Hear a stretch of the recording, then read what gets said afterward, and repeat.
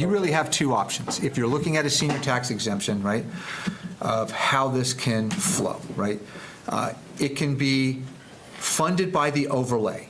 You could create a tax exemption where you would vote a certain amount of dollars in the budget into the overlay, and a portion of that overlay would be secured for whatever the senior tax exemption. You could then create a list of qualifications and requirements of what a individual, a family looks like to qualify for that. The second option is similar to the small commercial exemption that you vote for annually as a part of the tax classification hearing.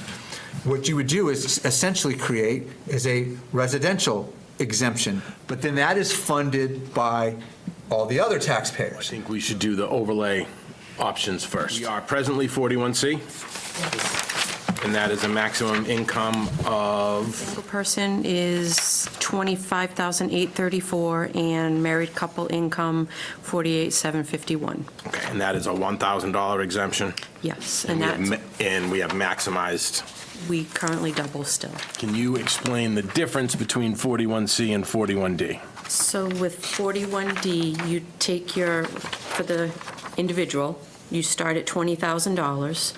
There's a cost of living adjustments, that's 3.4%. So you would take your factor of 1.034, so you do 20,000 times 1.034, and you come out to 20,680. And that's your starting point for the next year. But then you have your $5,834 of Social Security deduction. We get that number as a new number each year from DLS, brings you to $26,514 would be their new income amount for this year. So the first year it's slight. Next year you start at $20,680, whatever your factor is, then subtract off whatever your Social Security number is for that year.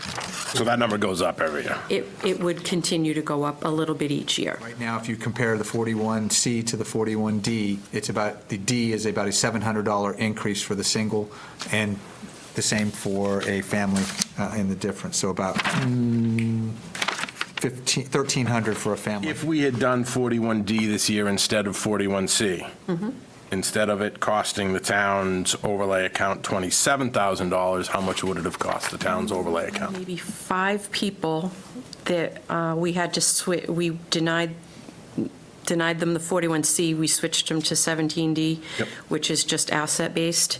Yep. And there were 5 people for that. Additional 5,000.